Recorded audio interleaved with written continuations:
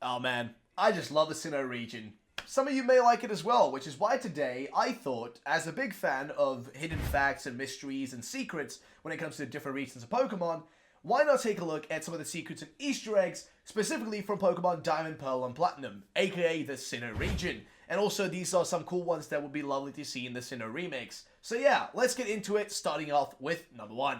Alright, we gotta start this off with Darkrai. Now, to get this strange and mysterious Pokemon back in the day, you need to have gotten the Members card by attending a Nintendo event which ended back in 2009. Either way, once you pick up a Members card from the Pokemart, you head to Chateau City, and here you'll find that you can now enter that one house that's kind of just casually locked there. Now, once you are there, and once you're inside, you can fall asleep on the bed inside of one of the rooms there, and wake up on New Moon Island. Now, once you wake your way onto the core of the island here, once you are there, you will face off and find a level 50 Darkrai.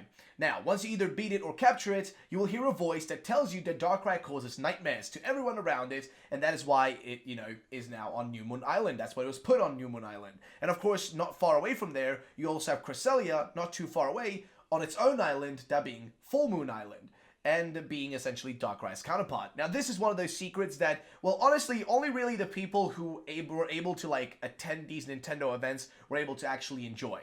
Next up is the Black Trainer card. Now, to get this one, which not many people even know how to do, is basically by getting the 5 achievements within the games, or achieving 5 things within the games. These things, varied everything from, defeating the Elite Four, to doing more crazy stuff like defeating over 100 enemies in a row in the Battle Tower, and even one of them is getting the Master Rank for contests. So basically, this is a reward and a secret one only for those that truly are dedicated fans that went all the way to unlock everything. And I really mean like every crazy, really crazy achievement you can do to get your hands on these. And there was basically 5 of these big achievements to do, and I mentioned only 3 of them. So yeah, if you wanted one of these cards to, have, it was required to do a lot of stuff.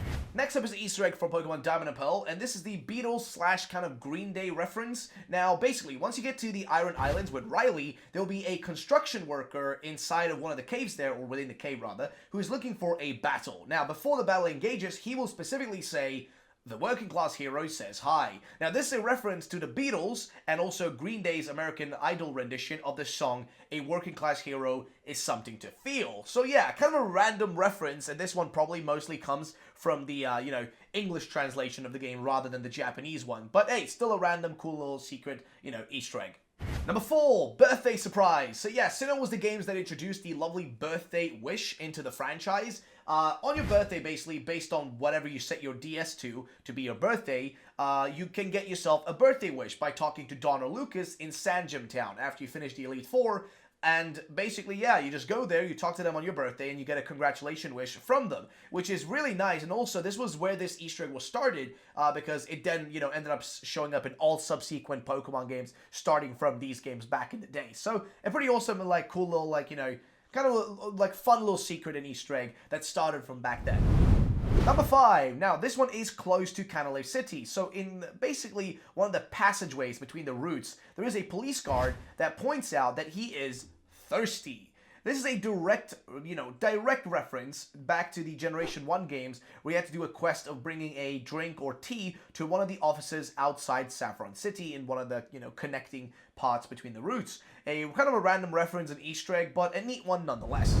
At number 6, we have the Old Chateau. Now, there's actually multiple little, Easter eggs and secrets within the Old Chateau that we can go through. There's, like I said, loads of them. So let's start out with the first one, the little ghost girl. Now, a ghost girl basically appears in one of the rooms, and once you interact with her, she kind of just floats away, and after she leaves the room, she's nowhere to be found in the entire mansion afterwards. There's also an old man ghost, the ghost of kind of an old fellow who's possibly a butler haunting the dining area of the mansion, so or chateau, I guess. But basically, we assume he's a butler based on the fact of where he kind of is located, which is the dining area. And he also glides across the room and disappears into the kitchen.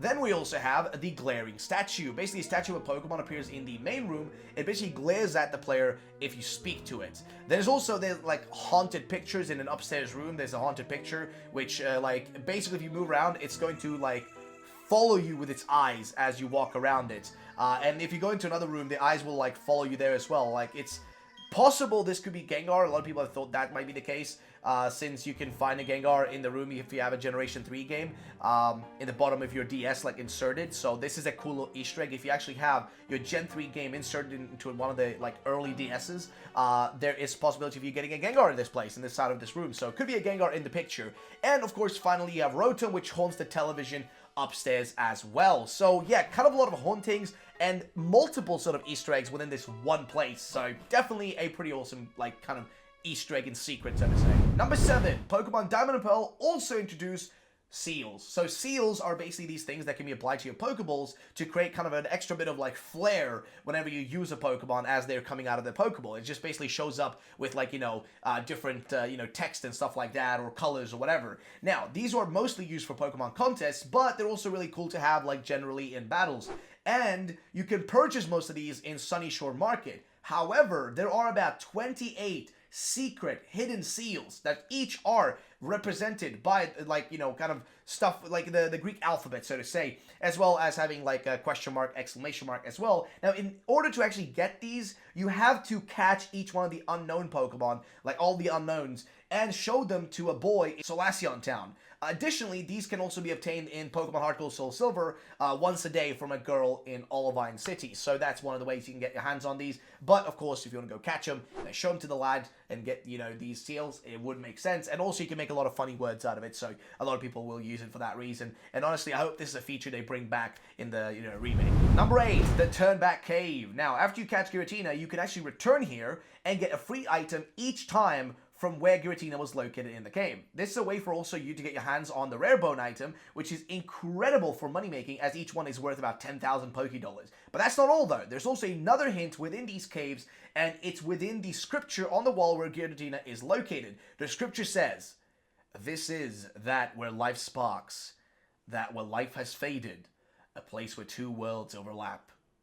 This sounds like a direct hint towards the Distortion world, and that would take basically essentially center stage in the future games of Pokemon Platinum, meaning that they left this direct hint in the game, knowing Platinum was the next thing they were working on. So a really awesome hint, and also proof that they do leave hints like this in games, but that kind of hint towards the next thing they're gonna do. So that's definitely awesome. Number 9 is Diamond Dust. Now, this is a really cool Easter egg that you can find in Snow Point City in the Sinnoh games. So on January the 10th of 2008, Junichi Masuda told basically Pokemon fans on his blog that they should play Diamond and Pearl on January the 12th, which is Masuda's birthday, promising something cool to happen. And if you went to Snow Point City at this point, you would see a new weather effect, Diamond Dust. Now, basically, this was all across the city, and it would replace the usual snow in the city, and it would sort of be like a glittery kind of type of, I don't even know what to really call it. It would just be glitter in the kind of air, because it was Diamond Dust, and it was purely a cool, like, aesthetic thing and nice little Easter egg that they put into the game.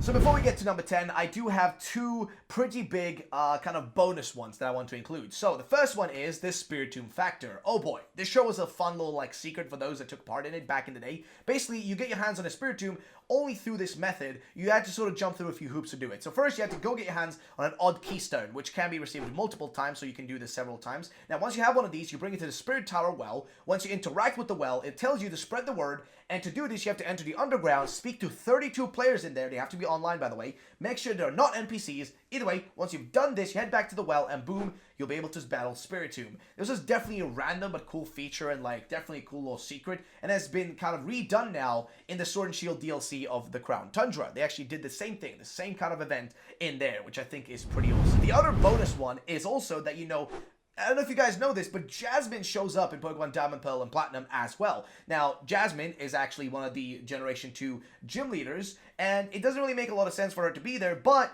she was definitely, seemingly, a direct hint to the future development of the Pokemon Heart Gold and Soul Silver games. And apparently, she went to the Sinnoh region after the main plot of the original Johto games, so definitely an interesting little hint they left within the games towards the Heart Gold Soul Silver remakes.